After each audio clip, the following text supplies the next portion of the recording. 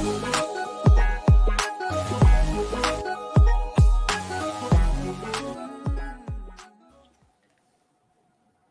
up? What's up? What's up? It's your girl Rebel Ray, and I'm your hostess with the mostest. And guess what? We have an extraordinary guest today, Miss Shawna Renee. Let's go. Hey. Hey. You are extraordinary because, first of all, like many of us, while we're going through the pruning and we're going through what we're going through, you got an origin story. And yours is in survival of cancer. Absolutely. And you started an organization after that experience and having that call of action. Yes. That's amazing. You didn't lay down and die. You wanted to fight. Absolutely. I love that. Before we go into that, it's a lot of events that have been coming around and about and connecting with us, and a lot of people are telling their stories more and more, and they're really trying to achieve how to connect back with people.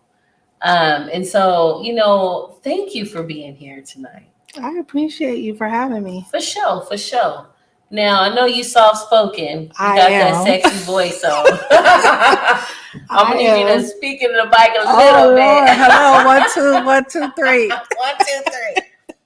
So, tell us a little bit about yourself before we jump right into, what you've done for crushed colon cancer. Okay. But before we do that, you said you had something. Yes. Okay. Absolutely. All right. I do. I have something for you because number one, when I met you, I met you when I was doing my paparazzi stuff, right? Yes. And then when I came out, when I was diagnosed with colon cancer, and I was called to do the nonprofit organization, and I came to you with my ideas and my vision, and you were there from the beginning. So I appreciate you because you have been my mentor, unofficial, right? But just mentoring me all the way through. So on behalf of Crushed Colon Cancer, we wanted to give you just all the work that you do and everything. We just wanted you to have this tiara because you are the queen, and you are always saying queen, and you are a queen. So this is beautiful. I wanted to have that because I'm sleeping in this tonight. I appreciate you and everything, and just keeping me encouraged, especially when I had that year and I was like, nope, I don't want to this year. You're like, what you mean? What you mean? We going forward. You got to keep going. So we going forward. Do it look good, y'all. I love it. Thank you, Queen. It's something for another queen to bestow a crown on someone else and really acknowledge them, and I thank you for that. When I was called to do the things I do and activate and advocate and also teach and support and consult and whatever else goes with what you call activism and advocating, I never looked to just be reassured or to be, rewarded. I was always told, like, you should wear a crown, when you go to heaven. And you do the good works on behalf of God and his people, and you take care of his people, he gonna take care of you. Yes. But I appreciate that. That was the sweetest thing. I swear, I'm gonna wear it all week. Okay. They're gonna be sick of me. Right. Sick of me. Wear it with your crown on. Wear it. I love it. So let's jump right into your story. So you came here from the Bay. From the Bay. Yay area. Was you going doo-doo stupid done, or was you the good girl? I was going to the side shows. All of us. Okay. Shouldn't have been there. Looking. Okay. Right? Had a good time. I love the Bay. My mom decided that she wanted to come over to Stockton, and of course I followed her. And I met my husband here. Wow. Actually. Wow. Rest in peace. Champ Luther Brown. And so I got to know Stockton, and through our journey, he was killed by the Stockton police. And, that fueled me. I'm already, at that time, I was hired, with Kaiser Permanente. And that journey was tough, right? Just tough coming over here and then in a city that I didn't know a lot of people and trying to figure out, because at that time I'm a shop steward for SEIU UHW and fighting for workers' right. But then here I am, I have a husband that died, and how do I take that and transform all of that into the streets? And it was just near and dear and personal and hard to do, because it was personal, right? And so I got in the streets and, held a couple of rallies and, did all of that, but it was still. You got activated through that transition. Yeah. So what made you not lay down and accept it? Man, my daughter, we have a daughter, 13 now, and, just wanting to fight. I've always been a fighter, right? And just fighting, just continuing to fight. What can I say? When you think about the Bay Area, you think about the Black Panther Party. And you think about the mobilization organizations that still mobilize grassroots and how they come together and they tell the stories of Black and brown people, Po people, and how we advocate and how we get activated through our lived experiences. And that happened with you. And it was a journey. A long journey. Still hurtful, to even tap into that, because it just, it's hard. It's just really hard to know that, his life was just taken, and it was not, it shouldn't happen. And it shouldn't have happened. It shouldn't happen. And so was there a call of action for maybe, a decrease in police aggressiveness or over assertion? Because I know sometimes the police can over assert themselves in certain situations. Oh, of course. We got in the streets and, we wanted the police to, have cameras on them, to, no excessive force. I got out in the streets with Dion because she was teaching me. I didn't know anything about that part. So I was following her lead. I didn't know. Dion came and knocked on my door and took me by the hand, and we, went through the streets, together, because she was. And got people activated. Absolutely. Yeah. Shout out to Dion for that, and not laying down and really making some noise, because it wasn't just another Black man that was killed, right? Right. It was a father, it was a friend, it was a brother. Absolutely. And I think even during whatever the altercation was or whatever the misrepresentation was, we look to the police to protect and serve. Absolutely. And when you look to the police to protect and serve, you're looking at them as protectors, community leaders, supporters. So you're understanding what's going on the ground. And a lot of times I feel, when police are not from the area, right, and they're transplanted here, or they choose to live outside the area and commute in, and they really don't grow roots here, there is a deficit, right, of community policing. Absolutely. Unfortunately. And did you see that in this instance when you went through that? I did. I seen that, folks, the police was not familiar, and there was really no reason to, shoot him that way. 11 times. 11 times. 11 times he had no weapon. You know what I mean? That was hard. It was really hard. And so, And it left you a widow. And it left. And in that moment, in that tower moment, what did sadness look like for you? What did that look like?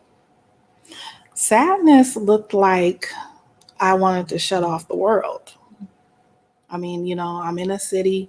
I don't know anybody. Nobody is how I felt. And who can I lean on and talk to about this journey that's going to really understand? So I shut it off. I shut the world off. I just went to work, came home, and went to work and came home. So you felt the numbness happening. They talk about the 8 stages of grief. You know what I do. I'm a therapist. And so A lot of times it seems like it's multi-stages and they never come in the congruent way that you think they should come when it comes about sadness and grief and loss. Mm-hmm. And did you feel anger? Did you feel disappointment? Did you feel denial? How did it feel even when you saw him for the last time and you had to bury him? Like, how did that feel? Sad. Yeah. I was sad. I was numb. And again, I still wanted to shut off everybody because I'm not somebody that wanted to share how I felt. Of course. Of course. I didn't know you, so I'm not going to share my story at all. And so beautiful. I actually went to the funeral and paid my respects because he was well known in the community. My child's father died a year later, but he dedicated a music video to him. Absolutely. Keep it lit, champ. Keep it lit. Keep it lit, champ. What did that video symbolize to you? The community coming together. Hmm. Coming together and really showing, how we can come together because something sad happened in the community and it shouldn't have happened. And how we heal and lift our voices. Mm-hmm. And so many times we see the immortalization of our fallen Black brothers and sisters being shot by the police due to that misunderstanding of police relations between Black people and brown people. And, even when I used to go and speak at the academy here in Stanislaus, where a lot of our police cadets go, I speak about those lived experiences. I speak about how it affects us as people when we have to bury our own. It's been a number of funerals I had to take care of in my professional time. In my professional time, even as a mental health therapist, help family members heal through that loss. But it's something to feel violated when you trust the police. Right. Because you never had any run-ins with the police before. No. So this really affected your perception. It did. Okay. It did. Can you share that with the audience? Like, how do you, a lot of people are like, we were constantly hearing about the police brutality or the, I think about the young lady who was shot in the face. She said the blood of Jesus against the police officer. Mm-hmm. And the police officer shot her in her own home. Right. You think about Sandra Bland. I went to where they had a memorial outside of, the college there, university, Prairie View. And it was very profound. And to see our loved ones continually be openly lynched, because that's what I call it. Right. It's an open lynching.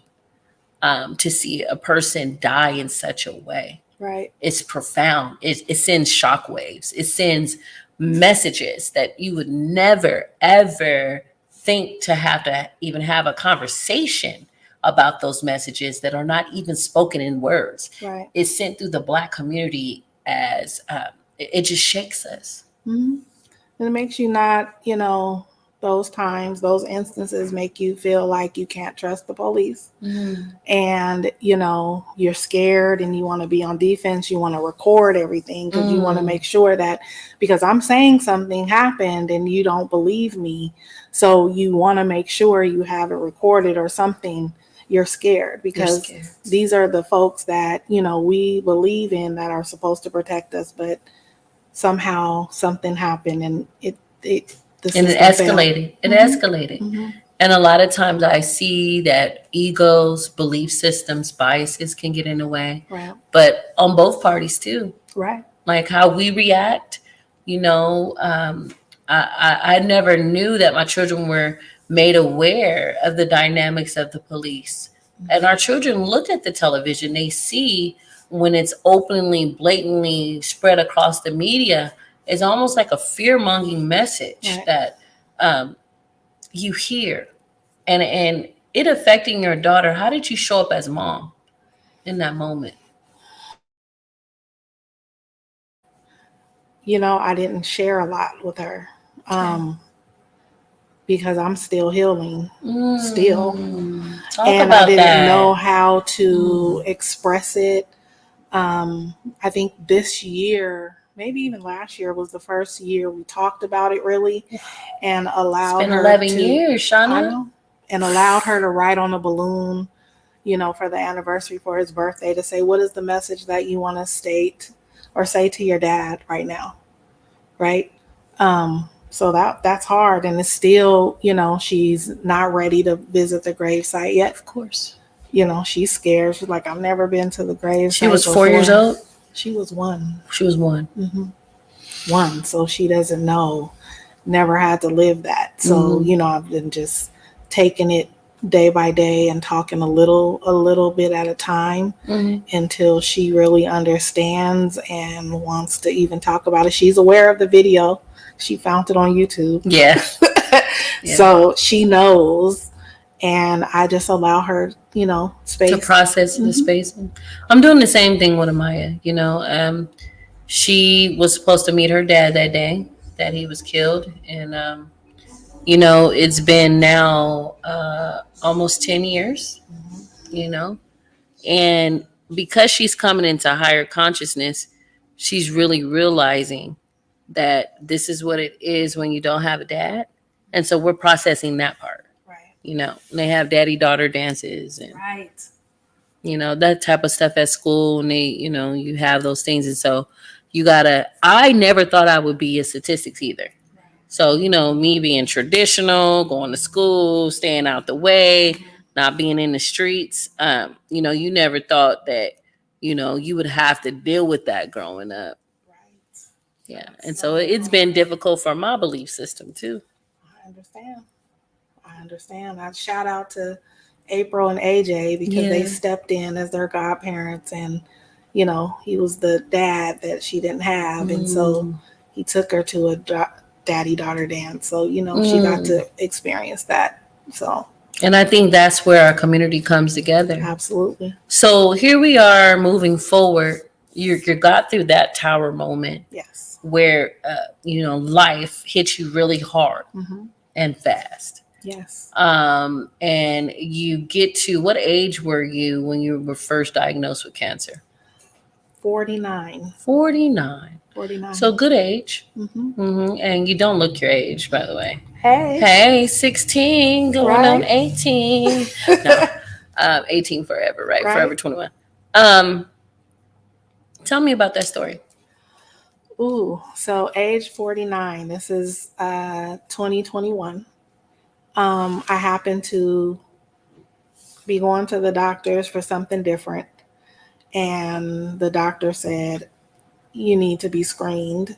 We're finding cases earlier than 50. This is Kaiser. And I'm like, okay, because I'm 49. Right. I've been getting the test in the mail, and I'm like, I don't know why they want me to take this test when I ain't 50 yet. So why do I need to be taking this test? And so she said, we're finding cases earlier than 50. And among African American women, or just African American in general? Just the age period. Wow. Right.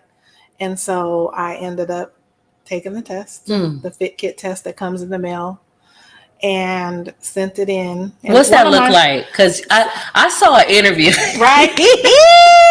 Tell me about that interview, because that was so funny how you explained it, but you did it very gentle. Real. It's real. So talk about it so people can understand what to expect. I get a test in the mail, and they say you're supposed to put your stool in a tube and mail it. Okay. So first of all, I don't want to touch it. Nobody wants to touch no right. It goes in the toilet. We are done with that being mama's. I'm thinking, so you want me to mail this and put this in the mail? How was this sanitized? It doesn't make any sense. So it didn't resonate with me. I didn't want to do it. Hence the reason why when they sent it in the mail, it was like, I'm not doing it. And I did it. I finally put it together. It's really not that bad. It's really not that bad. Not that bad. I did it and sent it in and got the results that they wanted to do further testing, a colonoscopy. And so I went through that process. The colonoscopy, they said during the colonoscopy, they found some polyps. There was one particularly that, had him a little concerned. concerned So about. what is a polyp, right? Because the first time I was able to see it, and we have your good friend backstage at her. He is a great educator, respiratory therapist. Jimmy. Yes, brother Jimmy, we love him. We got him on film talking about what those polyps look like in the colon cancer tunnel. We'll get to the tunnel, you guys. But what is a polyp? We got to bring him in on that. We definitely got to bring him in on that. Yeah, so a polyp is just like a tissue inside the colon, and Okay. it's almost like a bump of acne. Okay. Inside the colon, like almost like a cyst. Yeah, that's filled with what? What is it? Pus or Pus and just infection. Infection. Okay. And so I had several of those. No. Several of those, and they removed what they could at that time. Okay. And I got the results. Okay. After that, and they said it was cancerous, and we need to move immediately and go in for surgery. So we went in and they moved a piece of the colon. The lower intestines? Yes. Hoping that nothing spread anywhere else. Because it's a fast spreader. It is a fast spreader, silent. And by the way, I had no signs or symptoms. You had no signs or symptoms. So you would think if you're diagnosed with cancer, you should feel a certain way. Yeah. Look a certain way. Yes. I didn't have any of that. I was walking around normal and fine. I heard that colon cancer is one of those deadly cancers that are silent. And Absolutely. It moves very rapidly. Yes. And you think about your colon and your intestines, it's a regulator of mood, emotions. Your colon holds so many enzymes, probiotics. So when those white blood cells counts goes down and it can't keep that infection down, you can't rid it. It gets in the lining, it starts to eat at the lining, right? Right. Okay. Right. And so that's why they were saying we need to move fast. They want to make sure, test the lymph nodes and make sure it didn't spread anywhere else. So I caught it on time. On time. So I didn't need any other treatment other than just coming in and getting, screening sooner. So do they pull it through your belly button? How do they take that? They do the laparoscopic surgery and go through your couple of angles through just your angles through your abdominal. So we don't have to think about a big old scar if you ever have to go through that. I have a little line, down there, and it's not that bad. But it saved your soul and your life and life. So I'm proud to show my scar. Listen, this saved my life. Come on.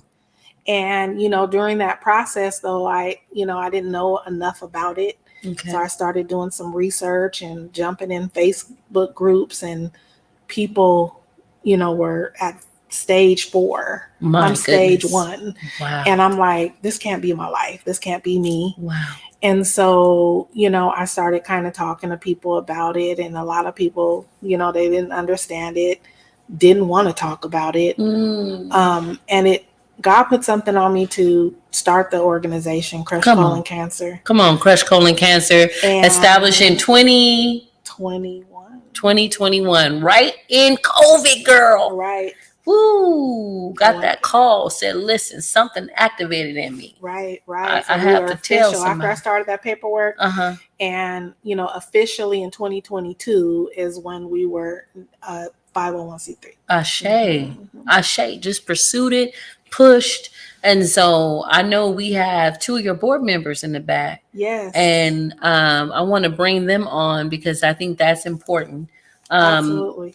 As we talk about how'd you build this out, because these 2 particular board members, I have seen them personally at all of your Crush Colon runs.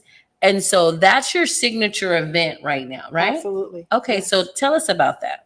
So our 5K walk that we put on in March every year, we, started out at Victory Park. And, first started off, I think we had about 75 people out there. And, I was like, oh my God, I think I need to just start, having or meeting more people, building more relationships in the community so we can grow. And that was, we did good the first year, and I was like, okay, RC, look, I think I'm going to take a break, and then I'm going to try to get out there. And, you're not taking no break. Right. I'm like, you're doing something. That's what you told me. I was like, oh my God. And I just continued on, and, we got sponsorship from Kaiser. And got that sponsorship from Kaiser now. Kaiser came on. They brought their speakers the first year. And I remember you had Fayette there. You had such beautiful swag for all of us. Yes. And you said, I'm going to do it at Victory Park. I said, okay. Well, how many times we running that lap? And we got everybody together. You were able to tell your story. Yes. And it was very profound with seeing the people that came out just to run the run. Right. They all had their different stories of why they ran it. And some of them lost family members to colon cancer. I remember, what year was that we lost Chadwick Boseman? What year did that? I want to say 4 years ago. That was 4 years ago. Mm-hmm. That really rocked me because he was in his 40s. And when he deteriorated and we saw how his face had sunken in, how it progressed, he fought, even in treatments, he fought all the way through making the Black Panther series. Yes. And we had no idea that he was dealing with stage 4 cancer. Yes. And it was being aggressive. And I think that last, when it came back super aggressive, he just said, no, I'm going to be with my maker. And that takes a lot to say that. Right. Right.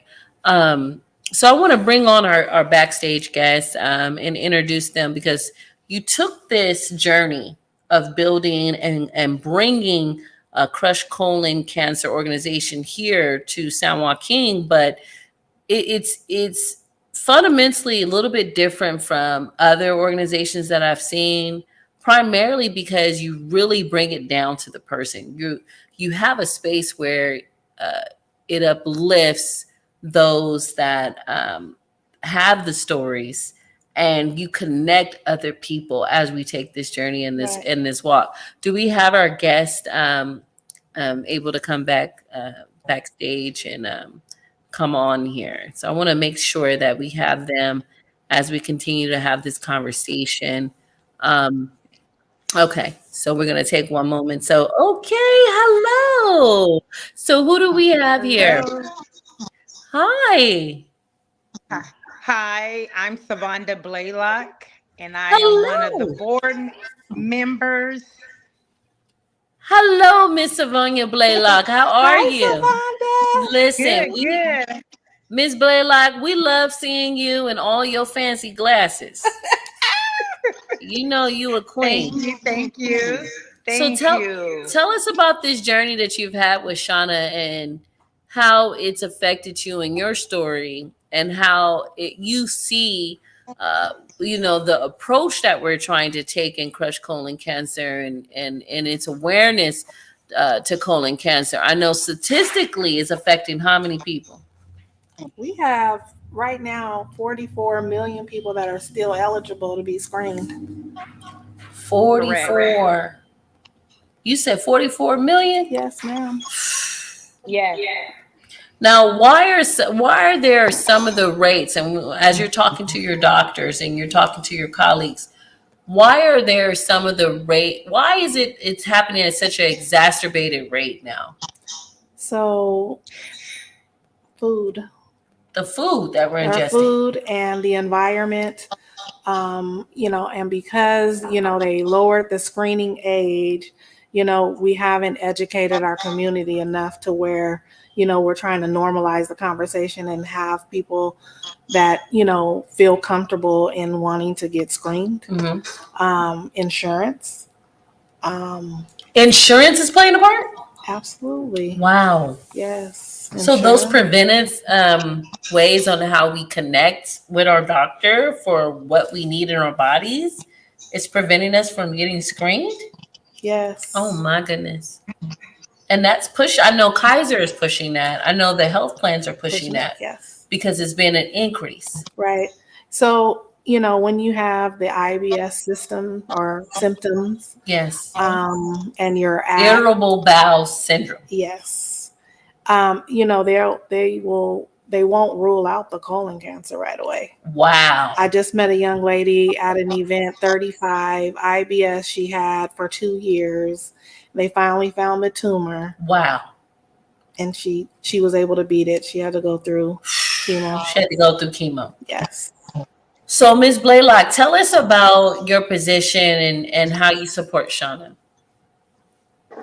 So my position is basically I'm over the events, but I do sort of everything. And so what I really am focused on with Crush Colon Cancer is making sure that the the community, the kids, the youth advocacy group really starts up.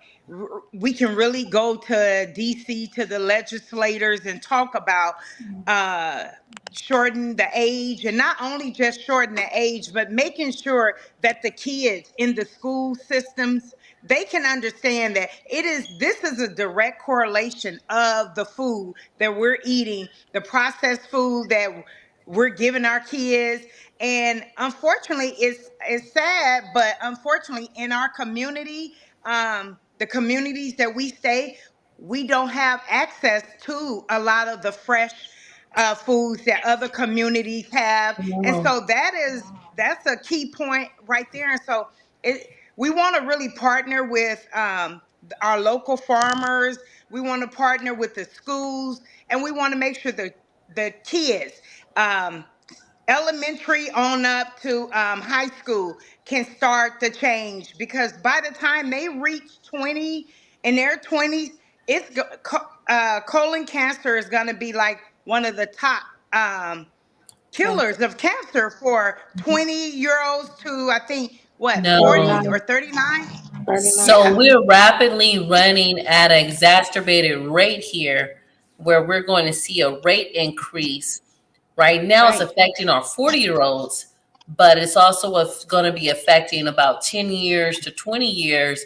That rate will go up, you're saying, and it will affect now Correct. starting at the age of 20. Yes. That's profound to have that much disease because of Hmm. the type of ingesting of food, processed foods that we're doing, Environment.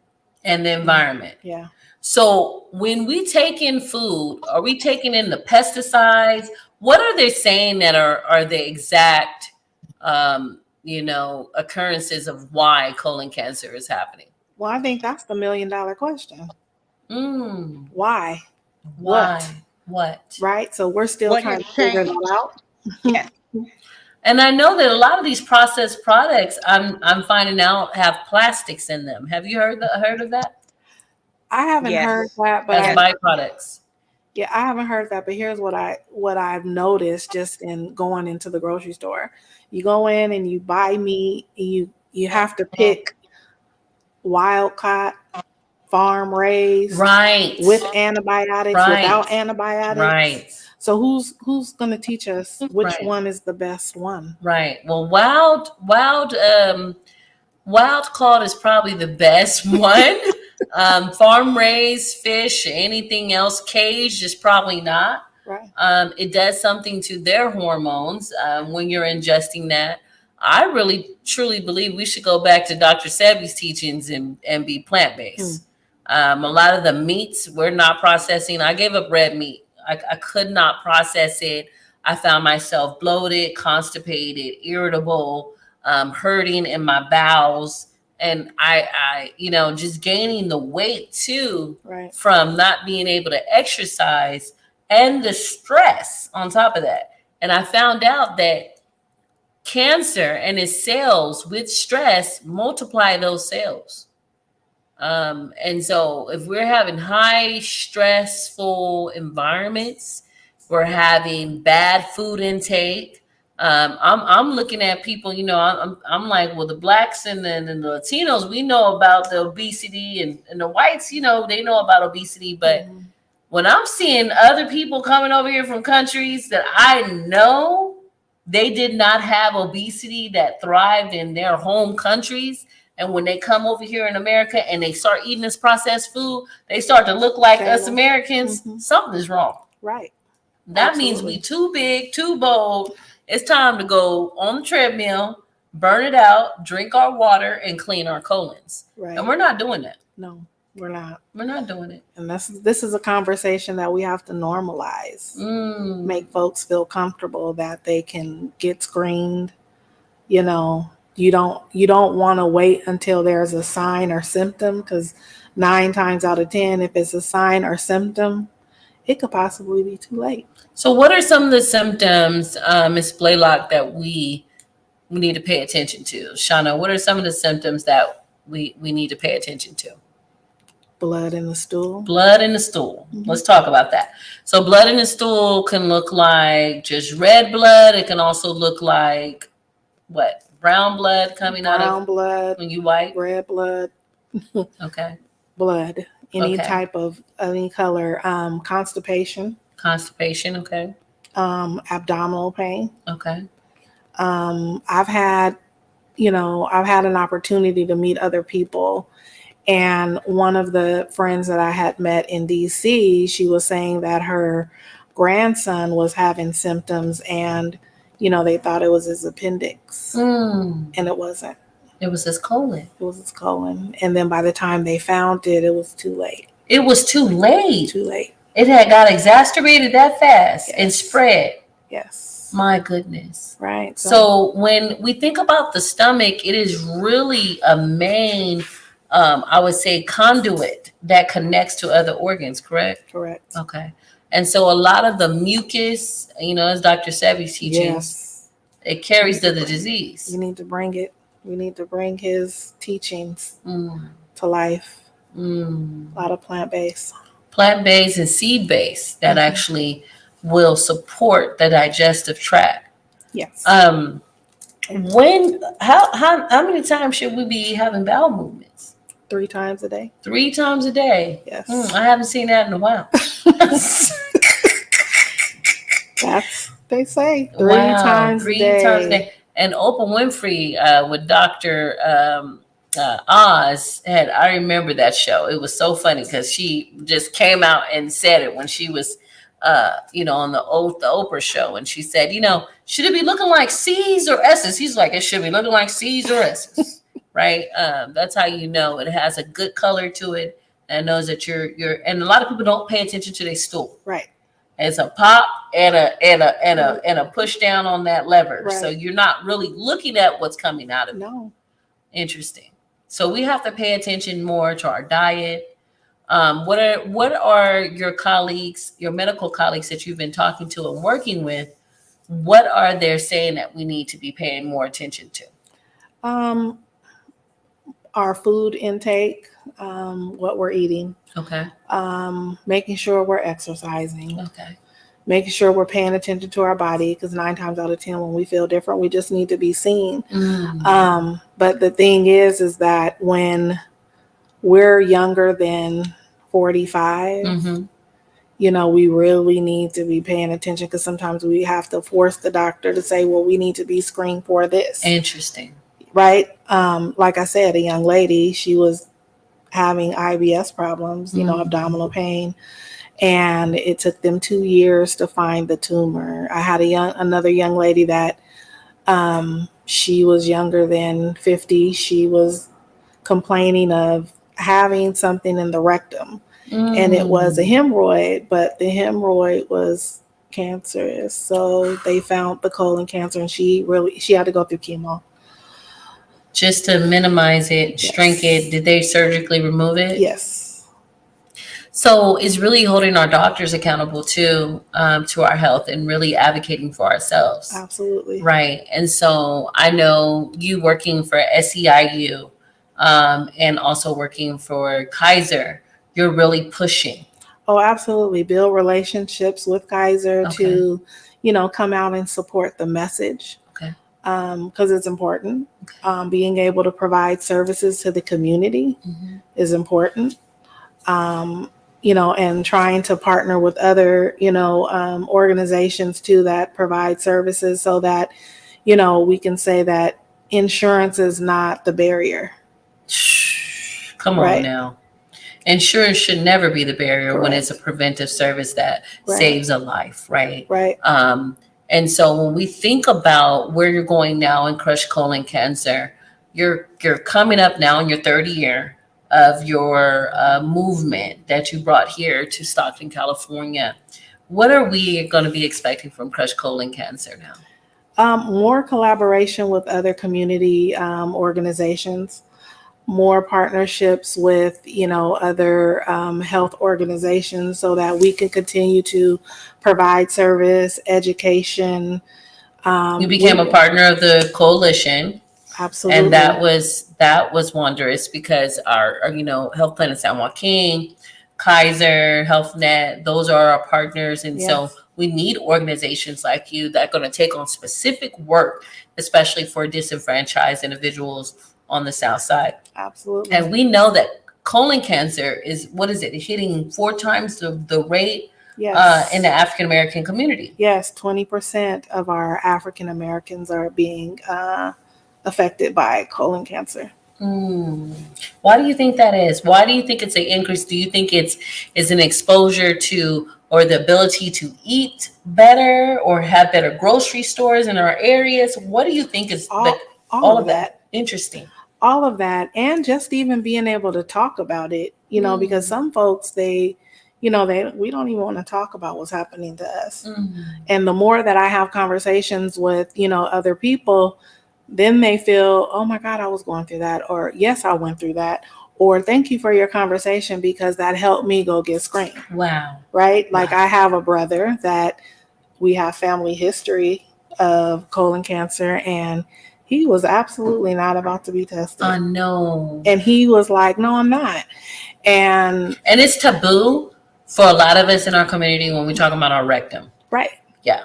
It's like, no, stay away. Right. And I think a lot of our Black men also die because of the prostate too. They don't get their prostate checked. Right. So that prostate cancer that creeps in, we don't go get help because you're like, don't play around back there. Right. I don't want it.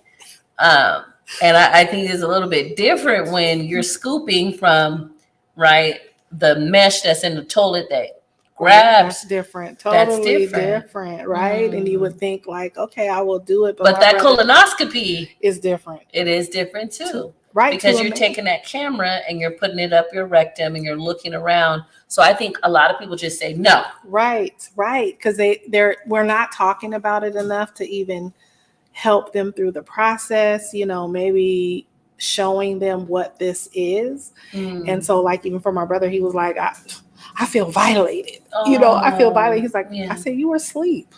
Like still, it's like no, still, I it's feel so funny because I violated. remember that Family Guy episode when he had to go get his prostate checked, and the way he talked about it, it was so many people on the internet. The internet is wild, right? And they talk about memes and different stuff like that, but it really brought it into fruition, even though it was a cartoon about how violation happens. People get violated when it talks about those certain things. So people just tend to avoid. Exactly. Yeah, absolutely. So, and that his story, I'm hoping, he'll be at the walk to share his story, because I said, you need to talk to the men, because I had someone from my job say the same thing. Like, Shawna, I heard you on NPR. That's right. And heard your story. And I don't know. I said, you need to get screened. He's like, I don't know. Okay, I guess because I heard your story, I'll do it. And he finally did it. And he's, free. He shout out to the brother. Negative. Shout out to him. He did it. Did it. It was a hard thing at that time. So what do you want to leave with us, Shawna, as you're now emerging and you're connecting? How can we connect with your organization? How can we support your organization? Where do we find your organization and the work that you're doing? So you can find us on Facebook, Crush Colon Cancer Organization, Instagram, Crush Colon Cancer ORG, and we have a website, www.crushcoloncancer.org. We have now put some resources on the website. So if you click in the tab, you will be able to be connected with Fight CRC. They're a big advocacy program organization, and connected with lawmakers. So I go out with them every year we just did it last year, to fight with the lawmakers to say, hey, we need to expand the screening age. That's right. I have put Colon Cancer or Colon Town. It's an organization that has videos to teach you about colon cancer. Okay. And then there is Colon Cancer Coalition that has resources that you can print and spread awareness. Spread awareness. Tell your family members, tell individuals to go get screened. Most of the times you can just contact your service provider, your direct primary doctor, and say, hey, I want to get screened. Mm-hmm. These are the things that I'm dealing with. And a lot of times you'll hear, eat more fiber, drink more water, and exercise, right? Mm-hmm. I've been told that all my life. And I noticed that my abdominal constricts and I gain weight due to the high stress that I work in. And also anxiety will do that to you as well, where we carry within our colon. But our colon is sacred. A lot of people don't know that it regulates your emotions. So you got to have that healthy gut. You got to have that happy gut. It's going to support how you think, how you perceive things, how you regulate, and how you show up. Mm-hmm. Shawna, I want to tell you and Miss Blaylock, you all continue to go forth, continue to rise, even though it's hard. I know sometimes running a nonprofit and trying to fundraise and get that money. Tell us how we can send you some money. Right. Well, we have a donation button on our page, and that you will be able to look at, whether you're supporting us for our 5K. We have a new project coming up where we want to have a resource and recovery center where folks that are newly diagnosed, you'll come in and have resources at your fingertips. Yes. And also be able to have some mental health and wellness to help you mentally through the process.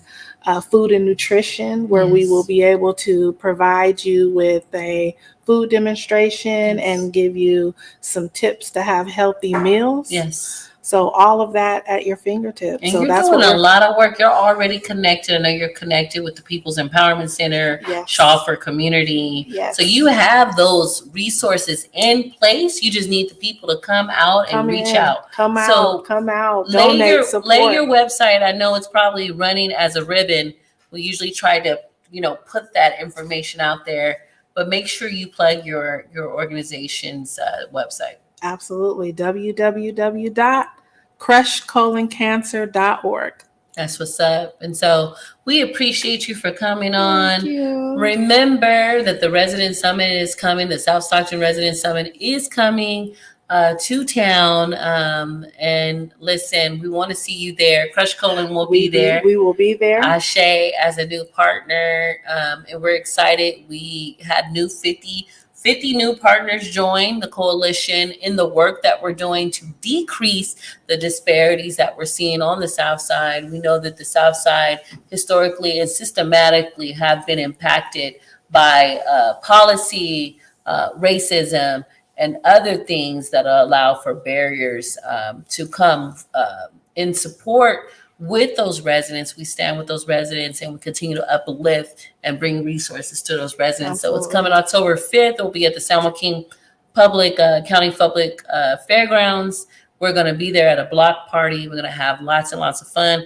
Crush Colon Cancer will be there with their tent popped up with their information. Please stop by, check in with Miss Shawna. She'll have her other board members there. Get some pamphlets. Sign up for the next 5K run. We usually have it in March, right? Yes, it is going to be March the 29th, 2025. We'll be in front of the City Hall this year. Woo! Go ahead, City Hall.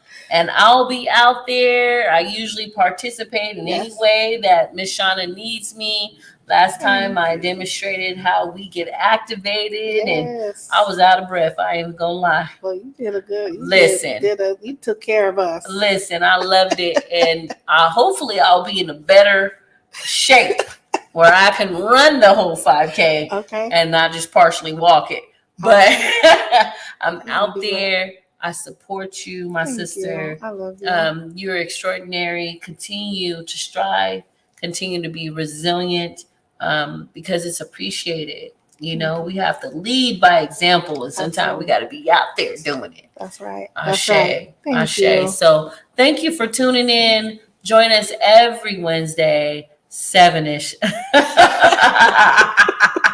We laugh because that's CP time. I'm gonna do better. I keep telling everybody we gonna do better. CP time. Listen, 7-ish Pacific Standard Time on Facebook and YouTube Live. I love you. I'm Rebel Ray. Peace out.